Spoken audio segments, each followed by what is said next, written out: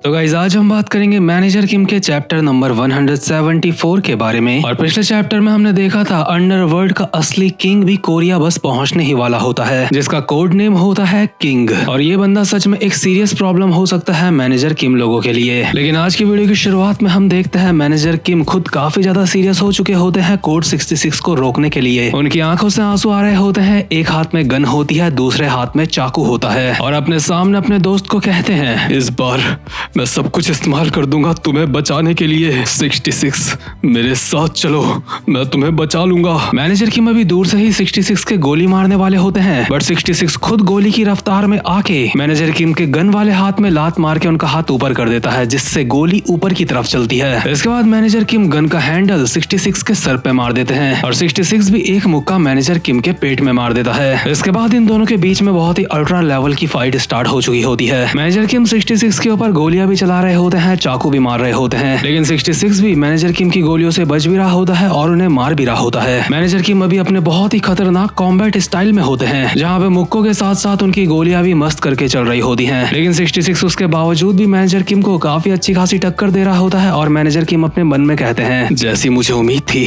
ये ताकतवर है। जवानी के दिनों में भी बस एक यही इंसान था जिसको मैं हरा नहीं पाता था। और इस प्रेजेंट मोमेंट की फाइट के साथ साथ हमें मैनेजर किम और 66 की पास्ट वाली फाइट भी दिखाई जा रही होती है जब वो जवान थे। मतलब यार 66 को मानना पड़ेगा, मैनेजर किम के हाथ में गन है, चाकू है, लेकिन उसके बावजूद भी मैनेजर किम और उसकी बराबरी की टक्कर हो रही है। और ये फाइट के चलते चलते ही मैनेजर किम अपने मन में कहते हैं, लगता है मेरे पास एक मौका है जिससे मैं अपने जवानी के अंधेरे दिनों को बदल सकता हूँ। मेरा वो दोस्त जो मेरे साथ था, जिसने मेरी जान बचाई, अब बारी मेरी है उसकी जान बचाने की। मैं इन जज्बातों को अपनी ताकत बनाऊंगा 66 और तुम्हें बचाऊंगा। और इसी के साथ मैनेजर किम ने बहुत ही खतरनाक तरीके से 66 के ऊपर चाकुओं से काफी सारे बार हमले कर दिए होते हैं और इस अटैक का नाम होता है व्हाइट नाइट। चाकू लगने की वजह से 66 के शरीर से काफी ज्यादा खून निकल रहा होता है और वो दर्द की वजह से पीछे की तरफ गिर रहा होता है, लेकिन मैनेजर किम अपनी गन की नोक उसके कंधे की तरफ लगा देते हैं और उसे गिरने से रोक देते हैं और उसकी कमर में लगातार 6-7 गोलियां बजा देते हैं। अभी मैनेजर किम ने 2 खतरनाक अटैक एक साथ करे होते हैं, एक व्हाइट नाइट, दूसरा मून लाइट नाइट। और सच में ये हमले इतने खतरनाक है कि इनसे बच पाना किसी का भी बहुत मुश्किल है, लगभग नामुमकिन है। 66 के 6-7 गोलियां मारने के बाद दोबारा से हमें मैनेजर किम के पुराने सीन दिखाए जाते हैं, जहां पे मैनेजर किम 66 से मार खा के एक जगह पे बैठ रखे होते हैं और हारने की वजह से मैनेजर किम को इस दिन खाना भी नहीं मिला होता। लेकिन जवान 66 खुद मैनेजर किम के पास आता है और उन्हें अपनी राइस बॉल खाने के लिए देता है, लेकिन मैनेजर किम को लगता है कि 66 उनके ऊपर दया कर रहा है, इसलिए मैनेजर किम उसको अपने चेहरे से सामने से हटने के लिए कहते हैं। बट 66 इसके जवाब में कहता है, मैं तुम्हें ये इसलिए नहीं दे रहा हूँ क्योंकि मुझे तुम्हारे ऊपर दया आ रही है, मैं ये तुम्हें इसलिए दे रहा हूँ क्योंकि तुम रोज मुझसे हारते रहते हो, इसलिए मुझे लगा शायद तुम मुझसे इसलिए हारते हो क्योंकि तुम खाना ठीक से नहीं खाते। वैसे भी हम दोनों सेम मिडिल स्कूल से ही तो ग्रेजुएट हुए हैं, देखो तुम मुझे तब तक नहीं हरा सकते जब तक मैं डिस्ट्रैक्ट ना हो जाऊं। मतलब यार 66 सच में एक लेजेंड किस्म का बंदा है। सोच के देखो, मैनेजर किम इस बंदे को कभी हरा ही नहीं पाए, और अगर प्रेजेंट मूवमेंट में मैनेजर किम इसको हरा भी देते हैं ना, तो आपको बता दूं 66 अभी अपनी फुल पोटेंशियल में नहीं है। लेकिन खैर वो तो आगे की बात है। जवानी के दिनों में हम देखते हैं मैनेजर किम 66 की कमर पकड़ के उसको धक्का दे देते हैं और कहते हैं, तुझे क्या लगता है मैं एक राइस बॉल के लिए अपना ईमान बेच दूंगा? और इसके बाद इन दोनों की बचपन में दोबारा से फाइट स्टार्ट हो जाती है। वहीं प्रेजेंट मूवमेंट में मैनेजर किम ने अपनी गन फेंक दी होती है और कहते हैं, ठीक है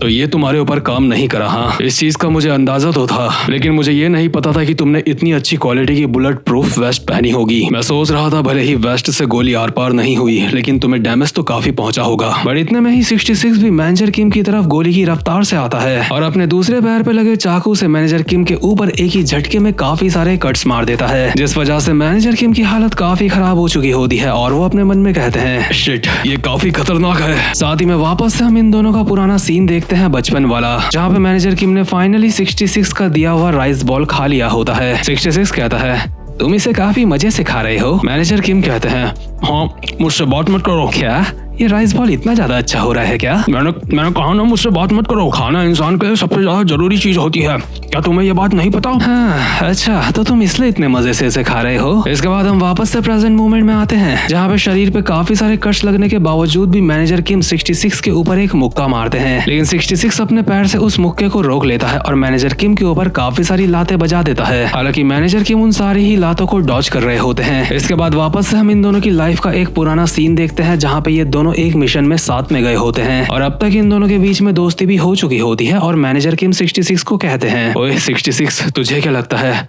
हम कितनी दूर आ गए हैं अपने कैंप से? हाँ चल देखते हैं। देख हम होंगचोन को पार कर चुके हैं, लेकिन मुझे लगता है अभी 40 किलोमीटर हमें और आगे जाना है। शिट, अभी इतना आगे जाना है हमें? हाँ जाना तो है, अब क्या कर सकते हैं। इतने में ही मैनेजर किम 66 को एक राइस बॉल देते हैं खाने के लिए। ये देख के 66 कहता है, ओए 73, आखिर तू ये क्या कर रहा है? क्या तुझे बस देख के ही समझ नहीं आ रहा है? मैं तुझे ये खाने के लिए दे रहा हूँ। मैं चाहता हूँ ये खा के तेरे अंदर एनर्जी आ जाए और तू मुझसे ज्यादा पीछे ना रहे। मैं पहले ही एक राइस बॉल खा चुका हूँ, इसलिए ये वाला तू ले ले।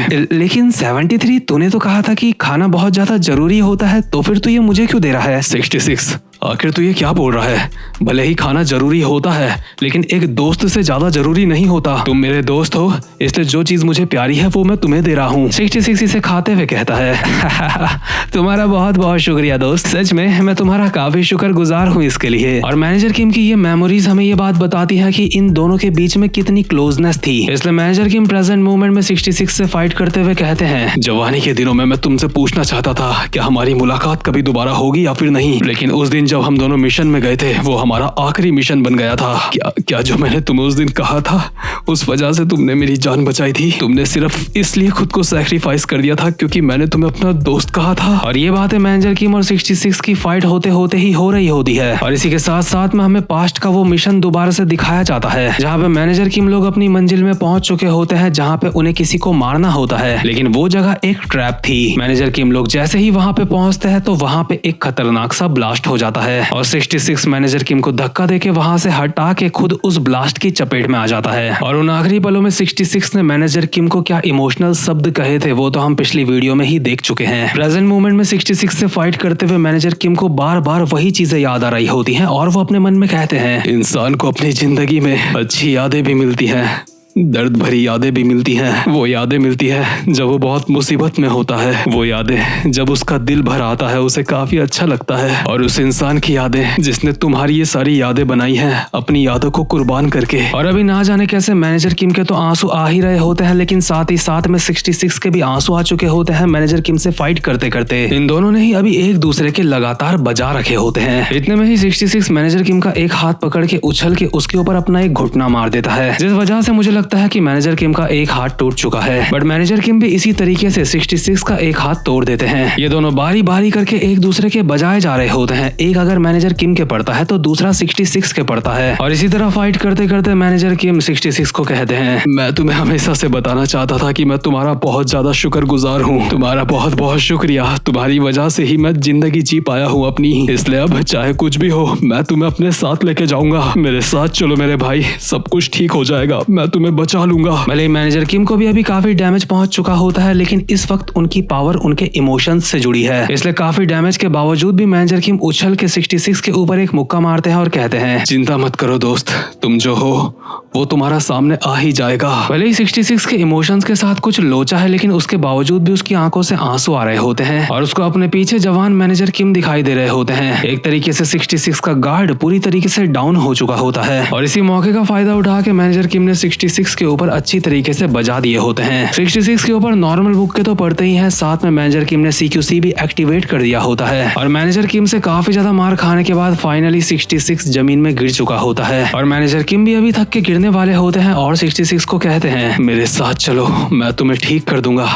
हमारे पास एक बहुत काबिल डॉक्टर है। भले ही तुम्हारी शरीर की हड्डी चकनाचूर हो जाए, भले ही तुम खड़े ना हो पाओ, लेकिन तुम्हारी जिंदगी में हमेशा एक टाइम आता है, चाहे कुछ भी हो, चाहे कैसी भी हालत में तुम हो, तुम्हें अपनों की रक्षा करनी होती है, चाहे वो काम करना कितना भी नामुमकिन क्यों ना हो। और जब तुम ऐसे नामुमकिन काम को पूरा करते हो तो वो एक तरीके का जादू होता है जो सिर्फ इसलिए हो पाता है क्योंकि तुम सामने वाले को अपना भाई मानते हो। और मैनेजर किम भी 66 के ऊपर गिर चुके होते हैं और उनके चेहरे में एक स्माइल होती है क्योंकि फाइनली वो 66 को पकड़ने में कामयाब हो चुके हैं। वहीं दूसरी तरफ टेयांग अपने सामने की कंप्यूटर स्क्रीन में देख रहा होता है और वहाँ पे कुछ ऐसा चल रहा होता है जो उसे बिल्कुल भी पसंद नहीं आ रहा। अब वहाँ पे चल क्या रहा है ये चीज तो हमें नहीं पता, लेकिन टेयांग बहुत ही हैरान होकर कहता है shit shit shit, black market इस हद तक चला जाएगा मैंने सोचा नहीं था। आखिर अब मैं क्या करूं, अगर ऐसा ही चलता रहा तो मेरी वाट लगने वाली है। ना जाने क्यों टेयांग के पसीने छूट चुके होते हैं और ये वाला चैप्टर भी यहीं पे खत्म होता है। तो इस चैनल को सब्सक्राइब और वीडियो को लाइक जरूर से कर लेना। और देखो इसके आगे भी मैनेजर किम के चैप्टर्स नहीं आए हैं, तो अगर कुछ दिन इस मानवा की वीडियो अपलोड नहीं होती है तो हैरान मत होना कि वीडियो अपलोड क्यों नहीं हो रही है। तो ठीक है गाइस, जब मैं मिलता हूँ आपसे अपनी नेक्स्ट वीडियो में, तब तक के लिए गुड बाय।